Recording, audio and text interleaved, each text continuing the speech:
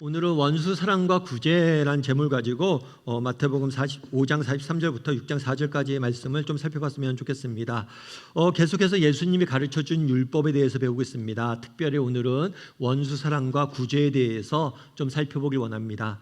첫 번째로 살펴볼 것은 원수 사랑이에요. 예수님께서는 원수를 사랑하고 또 박해하는 자를 위하여 기도하라고 가르치셨습니다. 그런데 이 원수 사랑은 기독교가 추구하는 가치가 무엇인지 가장 잘 보여주는 말씀이에요. 그런 점에서 기독교 윤리의 핵심을 담고 있는 말씀이라고 할 수가 있겠죠. 그만큼 원수 사랑하라는 말씀은 우리에게 매우 중요한 말씀입니다. 기독교 핵심을 담고 있으니까. 그런데 동시에 이 말씀만큼 많은 사람들에게 외면당하는 말씀도 없는 것 같습니다. 왜일까요? 사실 원수를 사랑하는 게 쉽지가 않죠. 그래서 원수를 사랑하는 것은 이상적인 얘기지 현실에서 불가능해. 우리가 실천할 것은 아니야 라고 생각하면서 나와 무관한 말씀으로 받아들이기 쉽기 때문입니다. 사실 그렇죠. 목사지만 나도 정말 원수를 사랑하는 사람인가? 라고 물었을 때 자신이 없어요. 그만큼 쉽지가 않아요. 이런 점에서 원수 사랑은 기독교의 핵심을 담고 있는 말씀인데 동시에 가장 그리스도인에게서 외면당하는 말씀이기도 한 거죠. 오늘은 이 원수 사랑에 대해서 특별히 왜 원수를 사랑하라고 했는지, 왜 이렇게 불가능한 명령을 주셨는지에 대해서 좀 살펴봤으면 좋겠어요. 먼저 이 말씀을 이해하기 위해서는 배경을 알아야 됩니다. 우리 43절 말씀을 43절부터 44절까지 말씀 같이 한번 읽어볼까요? 같이 읽도록 하겠습니다. 또 내 이웃을 사랑하고 내 원수를 미워하라고 하였다는 것을 너희가 들었으나 나는 너희에게 이르노니 너희 원수를 사랑하며 너희를 박해하는 자를 위하여 기도하라. 뭐라고 이야기하냐면 너희가 이웃을 사랑하고 원수를 미워하는 말을 들었다라고 이야기를 합니다. 하나님께서는 구약시대에 이스라엘 백성들에게 율법을 주셨어요. 이 율법은 뭐냐면 법이에요. 법. 이스라엘 백성이 이제 하나님의 백성이 됐으니까 너희가 하나님의 백성으로서 어떻게 살아야 될지에 대한 지침을 알려준 게 율법이에요. 그런데 이 율법의 핵심은 뭐냐면 사랑이에요. 정말 하나님께서 우리에게 가르쳐준 이 땅을 살아가는 방식의 핵심은 뭐냐? 어떻게 이 땅을 살아가야 되느냐? 한마디로 정의하면 사랑이에요. 하나님을 사랑하고 이웃을 사랑하고. 그래서 구약시대에 하나님은 이스라엘 백성들에게 하나님을 사랑하고 이웃을 사랑하라는 말씀을 주셨어요. 그런데 문제는 뭐냐면 당시 유대인들이, 이스라엘 백성들이 이 이웃의 범위를 협소하게 만들었어요. 무엇보다도 우리가 이웃을 사랑하라고 했을 때 이 이웃은 유대인에게만 한정된 거다. 이스라엘 사람들만 사랑하라고 한 거다. 이스라엘 사람들 외에, 유대인 외에 다른 민족들은 사랑하지 않아도 된다. 아니, 나아가서 미워해도 된다라고 가르치고 정당화한 거예요. 성경은 내 이웃을 사랑하라고 이야기했습니다. 그런데 유대인들이 보기에, 이스라엘 백성들이 보기에 다른 민족들을 사랑할 수가 없어요. 특별히 로마인들을 사랑할 수가 없어요. 왜요? 로마가 그 당시에 이스라엘 침공해 왔잖아요. 그리고 이스라엘 지배하고 있었잖아요. 그러면 이웃을 사랑하라고 하나님 말씀하셨는데 그럼 로마인도 우리의 이웃이야? 저 사람도 사랑해야 돼? 아니, 나는 로마 사람들 사랑할 수 없어. 그래, 여기서 말하는 이웃은 이방인을, 다른 민족은 제외야. 우리 민족만 사랑하라고 한 거야 라고 생각을 한 거예요. 그런데 성경은 이렇게 혈통과 인종으로 사람을 구분하고 사랑을 베풀라고 가르치지 않았습니다. 레위기 19장 34절 말씀인데요. 같이 한번 읽어볼까요? 너희와 함께 있는 타국인을 너희 중에서 나은 자같이 여기며 자기같이 사랑하라. 너희와 함께 있는 타국인, 너희와 함께 있는 다른 민족들을, 다른 인종을 너희 중에서 나은 자같이 여겨라. 너희와 똑같은 민족으로, 인종으로 여기라는 거예요. 사람으로 여기라는 거예요. 그리고 자기처럼 사랑하라. 너희가 서로 사랑하는 것처럼 그들도 사랑하라 라고 이야기한 거예요. 그래서 성경은 인종과 혈통으로 사람을 구분하지 않습니다. 다른 민족도 너희가 사랑하라 라고 가르쳤어요. 그런데 이것들을 받아들일 수 없는 거죠. 로마 사람들을, 헬라 사람들을 내가 어떻게 사랑해? 아니야. 이웃을 사랑하고 원수는 미워해 라고 성경 가르쳤어. 이렇게 정당화했던 거예요. 당시 자기들을. 그리고 그렇게 가르쳤던 거예요. 뿐만 아니에요. 유대인이라고 모두를 사랑하라고 가르치지도 않았습니다. 여러분, 손병호 게임이란 걸 아세요?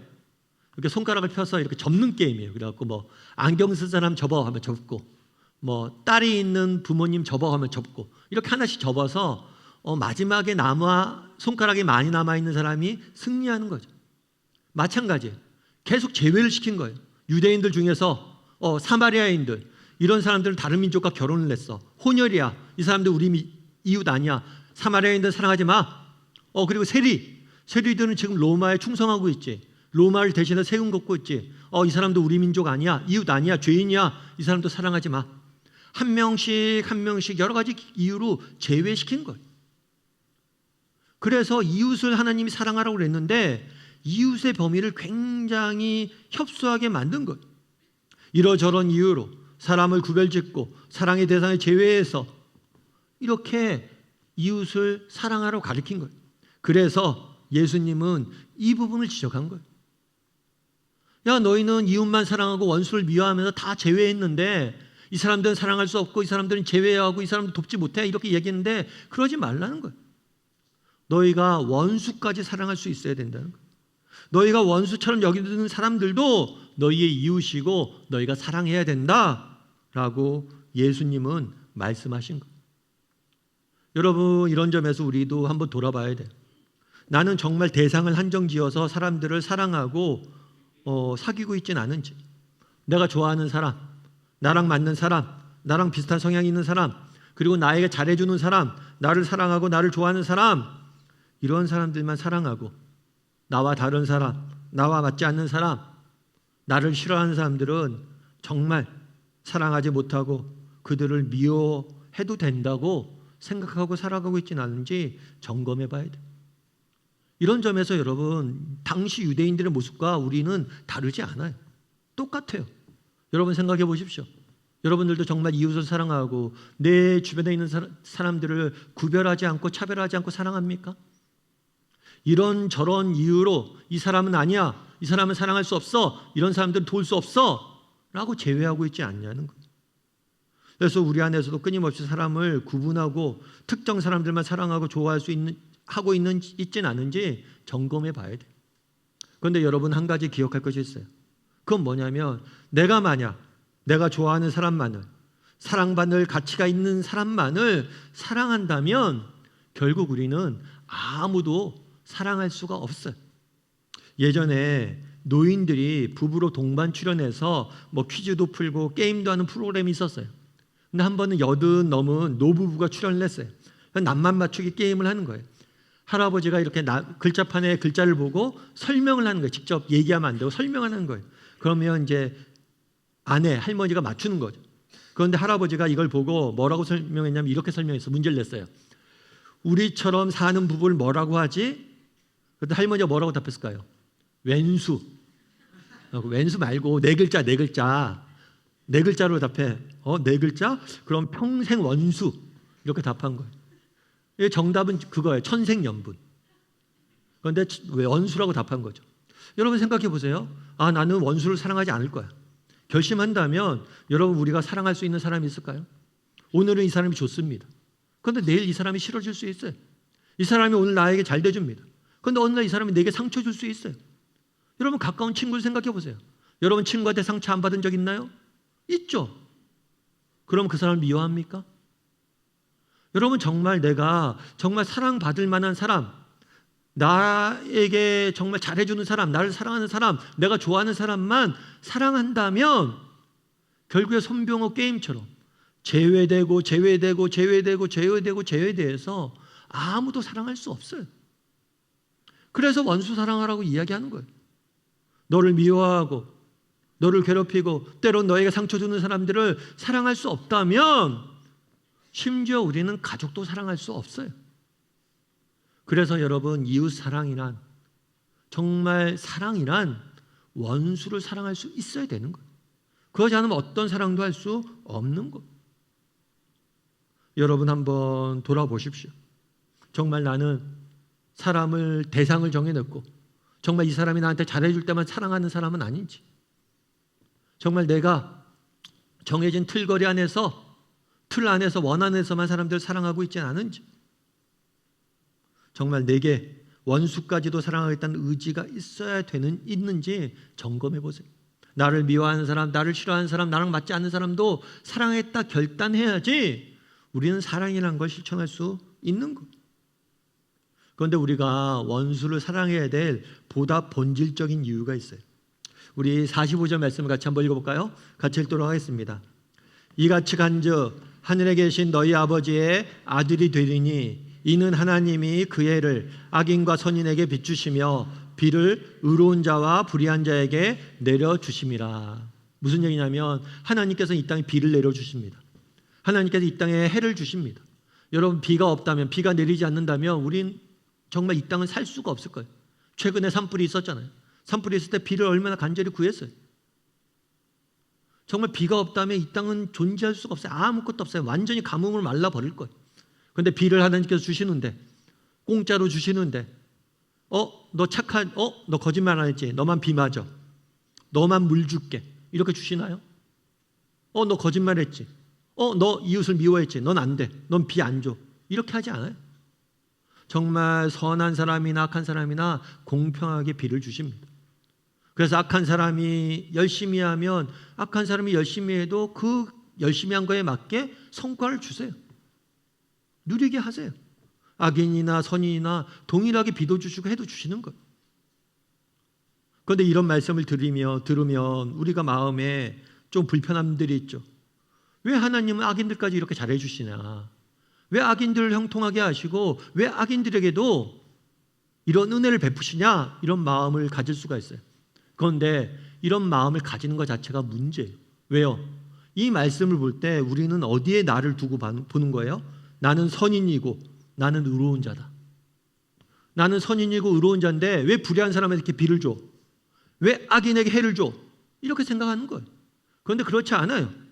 이 말씀에서 악인은 누구입니까? 우리예요. 불의한 자는 누구예요? 우리예요.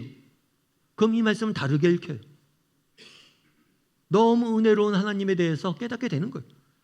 내가 비록 잘못했어도, 내가 비록 악해도, 내가 정말 사랑받을 만한 자격이 없어도 나를 사랑한다. 그러니까 하나님의 은혜가 있는 거죠. 여러분, 로마서 5장 10절에서는 뭐라고 이야기합니까? 바울이 이렇게 이야기해요. 우리 같이 한번 읽어보죠. 곧 우리가 원수 되었을 때 그의 아들의 죽으심으로 말미암아 하나님과 화목하게 되었은즉 화목하게 된 자로서는 더욱 그의 살아나심으로 말미암아 구원을 받을 것임이니라. 바울이 로마서 교인들에게 편지를 썼어요. 그런데 시작을 뭐라고 그래요? 우리가 원수 되었을 때, 내가 하나님께 원수 되었을 때 하나님이 나를 사랑하셨다라고 이야기합니다. 바울이 누구입니까? 초대교회의 가장 뛰어난 지도자였어요. 바울이 누구입니까? 성경의 3분의 1을 쓴 사람이에요. 바울이 누구입니까? 유럽과 중동, 그 당시에 전 세계를 다니며 헌신하고 수고하고 하나님 나라를 위해서 뛰었던 사람이에요. 그런데 뭐라고 표현해요? 나는 원수였다 표현해. 원수인 나를 하나님이 먼저 사랑하셨다는 거예요. 왜 우리가 원수를 사랑해야 됩니까? 우리가 그런 사랑을 받았잖아요.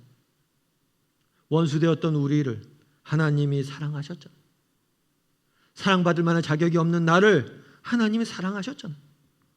그러니까 그 사랑을 아니까 우리도 뭐 하는 거예요? 힘들지만 그 사랑을 닮아가기 위해서 노력해야 된다는 거예요. 여러분, 손양현 목사님을 아실 거예요. 1902년에 경남 함안에서 태어나셨습니다. 출생하셨어요.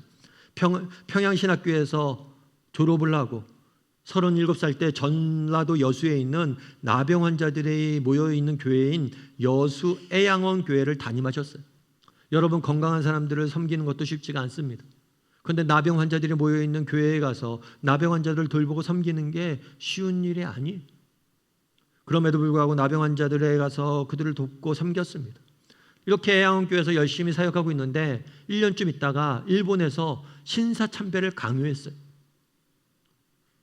그러자 이 신사참배를 거부합니다. 나 하나님 외에 다른 신에게 절할 수 없다. 그러고 거부해요. 그래서 5년 동안 감옥에 갇혀 있습니다. 5년이 지나서 겨우 풀려났어요.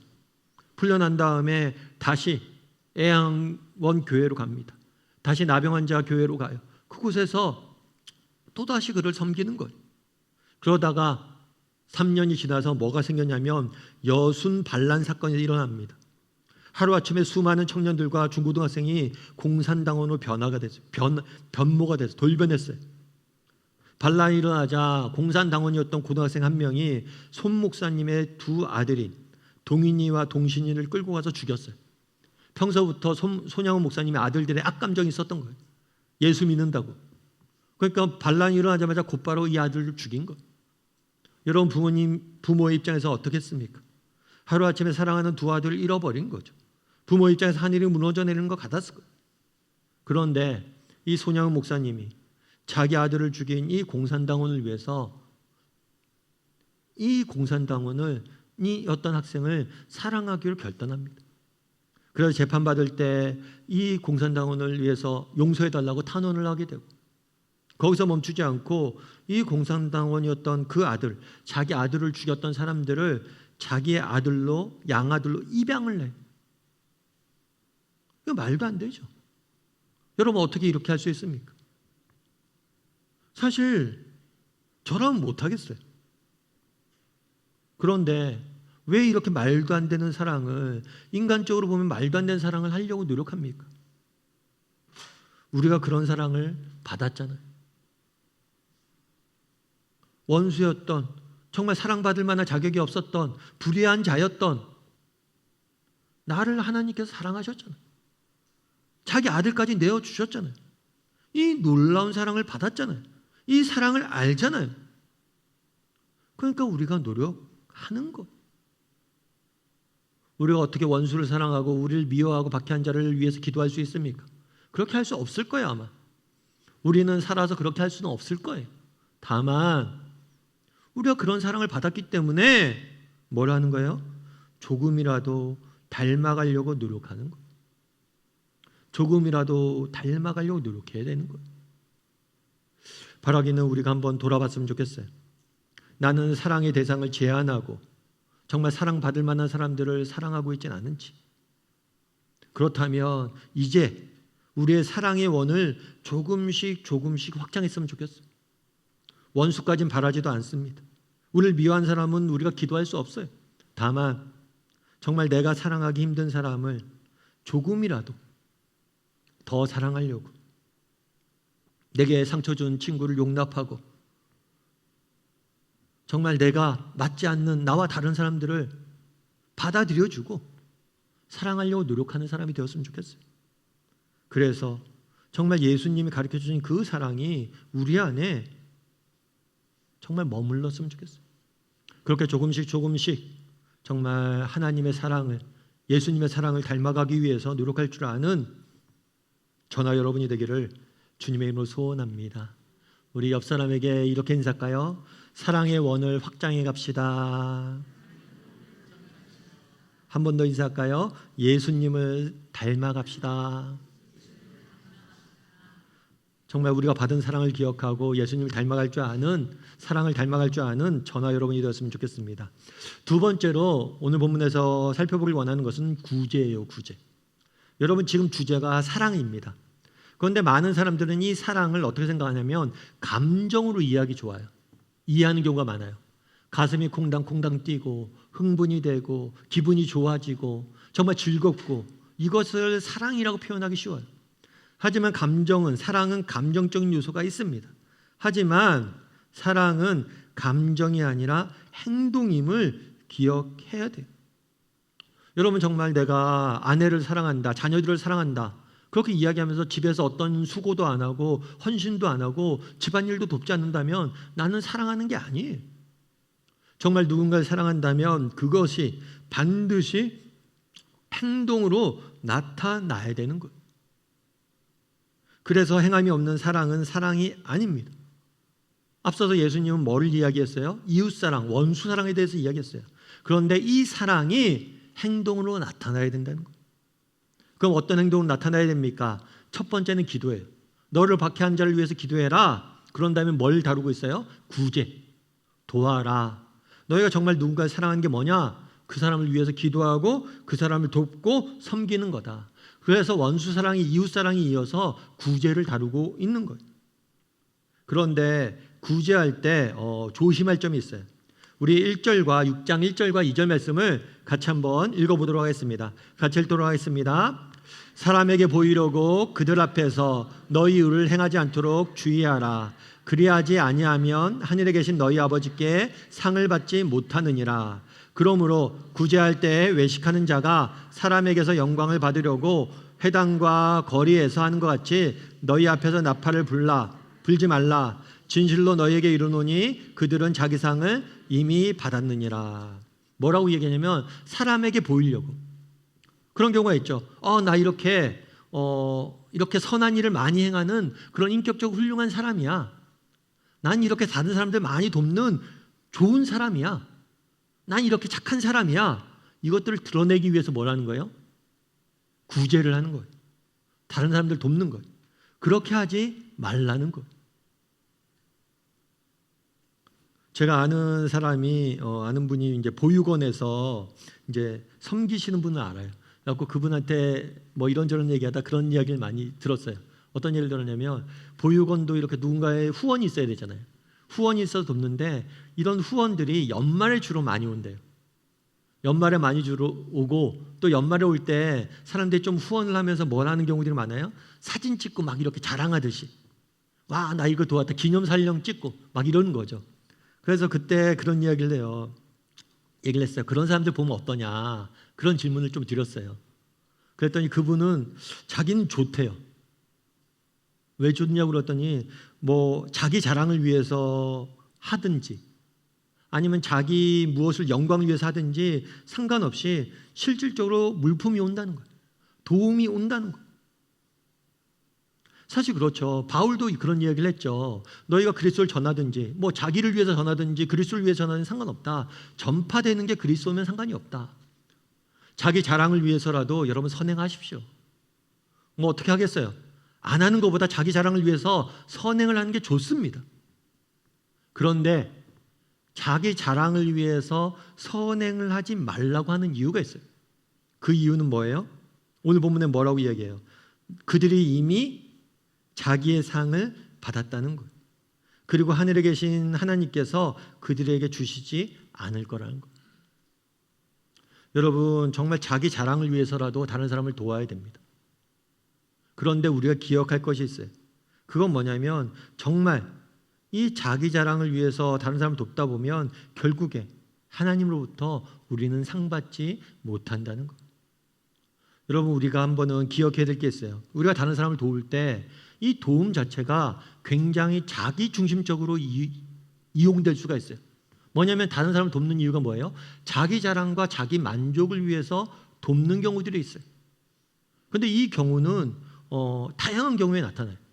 제가 예전에 한번 어떤 영상을 봤는데 어떤 영상을 봤냐면 엄마가 있어요. 엄마가 있는데 애가 3살, 아니 4살 정도 돼요. 아이 이제 걸어 다닐 수도 있고 이제 움직일 수도 있는 나이에. 그래서 이 아이에게 엄마가 오늘 놀아줄게 하면서 같이 놀면서 오늘 백화점 가자 해서 백화점 갔어요. 백화점 가서 애 옷도 사주고 애 맛있는 것도 사주고 즐겁게 하루를 보냈어요. 부모 입장에서 뭐예요? 아이에게 베푼 거죠. 아이랑 즐겁게 놀아준 거예요. 그런데 아이 입장에서 어떨까요? 아이 입장에서 어떨까요? 그래서 그 사람이 뭘 보여줬냐면 그러면서 보여준 게 아이의 시선에서 백화점을 보라는 거예요. 아이의 시선에서 요만한 아이의 시선에서 백화점을 보면 걔는 하루 종일 어른들의 다리만 보다 왔어요. 사람 틈에 쌓여서 사람들의 다리만 보다가 하루 종일 보다가 온 거예요. 그 이걸 쭉 보여주더라고요. 보여주면서 하는 얘기가 뭐냐면 정말 우리가 누군가를 도울 때 내 중심적으로 내가 생각해서 그 사람한테 필요한 것들을 도와줄 수도 있지만 정말 그 사람의 입장에서 그 사람을 생각하고 도울 수 있는 게 진정한 도움이란 거예요. 여러분 오늘 본문에서 첫 번째로 다루고 있는 게 뭐냐면 대상이에요. 너희가 원수까지 사랑해야 된다. 그리고 두 번째 다루는 건 뭐냐면 방법이에요. 우리가 누군가를 돕고 사랑할 때 내 자기중심성을 벗어나야 돼. 내가 생각하기에 좋은 것, 내가 생각하기에 이런 것들 자기 주관적으로 내 만족과 내 영광과 자기중심성을 벗어나지 못하면 참된 도움을 줄 수 없다는 거예요. 그리고 또 여러분 자기 만족과 자기 영광을 위해서 다른 사람을 돕잖아요. 그러면 여러분 다른 사람을 우리는 도울 수 없어요. 내가 정말 원수는 사랑하지 않고 정말 나한테 정말 잘해주는 사람만 사랑하겠다 그러면 어느 누구도 사랑할 수 없어요. 그런데 자기 만족과 자기 영광을 위해서 누군가를 돕고자 하잖아요. 여러분 결코 아무도 도울 수 없어요. 왜일까요? 여러분 사람은 누군가를 돕잖아요. 그 사람이 여러분에게 감사할까요? 안 할까요? 감사하지 않습니다. 여러분 누군가를 돕잖아요.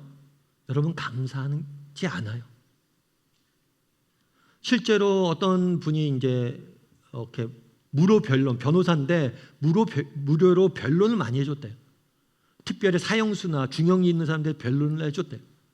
그래서 그렇게 자기가 변론하는 사람 중에서는 10명 이상이 사형에서부터 면제를 받은 경우들이 많아요. 그런데 되게 재밌는 거는 재판하기 전까지는 변호사님 감사합니다. 변호사님 딱 이러는데 막상 판결이 딱 낮아지잖아요. 사형이었는데 그 사형이 안 됐어요. 잘 된 거죠. 재판 결과 잘 나오잖아요. 그럼 그 다음에 찾아와서 인사하는 경우는 거의 없대요. 목숨을 구해줬는데도 다음에 찾아서 감사하다고 이야기하잖아요. 여러분 내 만족을 위해서 정말 내가 무엇인가를 얻기 위해서 다른 사람을 돕는다? 우리는 아무 도움도 줄 수 없어요. 왜요? 얻을 수 없어요. 왜냐하면 사람은 내가 무엇인가를 도울 때 뭐예요? 갚지 않기 때문이에요. 그래서 성경은 뭐라고 이야기합니까? 오늘 본문의 3절과 4절에서는 이렇게 이야기해요. 우리 3절과 4절 말씀 같이 한번 읽어볼까요? 너는 구제할 때 오른손이 하는 것을 왼손이 모르게 하여 내 구제함을 은밀하게 하라. 은밀한 중에 보시는 너의 아버지께서 갚으시리라. 너는 구제할 때 오른손이 하는 것을 왼손이 모르게 하래요. 오른손이 하는 걸 어떻게 왼손이 모르게 합니까? 이건 무슨 의미냐면 모르게 하라는 게 아니라 잊으라는 거예요. 여러분 구제는 뭡니까? 기부예요. 기부. 주는 거예요. 테이크가 아니에요. 주고 잊으라는 거예요. 대신에 주고 목사님 그러면 내가 주기만 하고 잊으면 어떻게 됩니까? 하나님이 뭐예요? 다 갚을 거다. 네가 주면 하나님 갚을 거다. 기브앤 테이크예요. 테이크인데 그 사람한테 기대하지 말라는 거예요. 상대방이 나한테 내가 선을 베풀고 그 사람을 도우면 그 사람이 감사하고 그 사람이 내 도움에 대해서 어떤 감사를 표현하고 나를 다시 도와줄 거라 이런 기대하지 말라는 거예요. 사람은 그런 존재가 아니에요. 오히려 너희는 주기만 하라는 거예요. 주기만 하면 누가 갚을 거라고요? 하나님이 갚을 거다. 여러분 우리가 지금 이웃사랑에 대해서 다루고 있는 거예요. 첫 번째로 생각할 건 대상이에요. 두 번째로 생각할 건 방법이에요. 방법을 할 때 다른 사람을 돕거나 그랬을 때요. 여러분 주세요. 그냥 주고 아무것도 기대하지 마세요. 아무것도 기대하지 마세요. 그리고 그 사람한테 정말 나한테 감사를 표현한다. 그 사람이 내가 줬는데 감사를 표현한다. 그건 기적이에요. 기적. 아무것도 기대하지 마세요. 그냥 주는 거예요. 그럼 누가 갚아요? 하나님이 다 갚아주세요. 그래서 구제의 원칙은 무엇입니까? 사랑의 원칙은 무엇입니까? 사랑은 주는 거예요. 사랑은 받는 게 아닙니다. 그냥 베풀고 주는 거예요. 대신에 우리가 사랑을 준 만큼 누가 우리를 사랑하시는 거예요? 하나님이 사랑하시는 거예요. 예전에 옥하는 목사님이 이 본문을 가지고 설교를 하시면서 그런 예화를 드시더라고요. 어느 집안이 있었어요. 집안이 있었는데 아들이 2명 있었어요. 그런데 큰 아들은 좀 잘났어요. 공부도 잘하고 하는 일도 잘 돼요. 근데 작은 아들은 잘 안 돼요. 모든 면에서. 그러다 보니까 아무래도 차이가 있는 거죠. 그런데 며느리가 2명이잖아요. 그런데 큰 며느리가 되게 착하대. 그래서 둘째 며느리를 그렇게 챙기는 거예요. 이렇게 계속해서 모르게 챙기는 거예요. 그건 이제 시아버지가 다 알고 있는 거죠. 그래서 하루는 그런 얘기를 했대요. 큰 아이를 불러서 큰 며느리를 불러서 꽤 큰 돈을 줬대요. 꽤 큰 돈을 주면서 애야 그동안 너무 수고했는데 이건 내가 너한테 주는 용돈이다 하고 줬어요. 근데 큰 며느리가 아니라고 자기는 너무 지금 괜찮으니까 작은 며느리 주라고. 근데 시아버지가 그런 거야. 아니라고. 내가 너한테 준다고. 왜냐하면 너한테 주면 네가 나눌 걸 나는 알고 있다고. 그러면서 네가 얼마나 작은 며느리를 돕고 있는지 내가 다 알고 있다고. 그러면서 큰 며느리를 칭찬해 주는 그 말씀을 하시더라고요. 이게 하나님의 원리예요. 여러분, 정말 우리가 누군가에게 주면 이걸 누가 알아요? 아버지 되신 하나님이 다 알아요. 그리고 우리가 그 하나님이 다 갚아주시는 거예요. 여러분, 사랑을 베푸십시오. 사랑을 주십시오. 사랑을 받는 게 아니에요. 우리가 사랑을 줬을 때 하나님께서 우리에게 다 갚아주실 거예요. 그런 믿음을 가지고 정말 우리가 사랑할 줄 아는 사람이 되었으면 좋겠어요. 그래서 우리의 이웃에게 사랑을 베풀고 돕고 섬길 줄 아는 저나 여러분이 되기를 주님의 이름으로 소원합니다.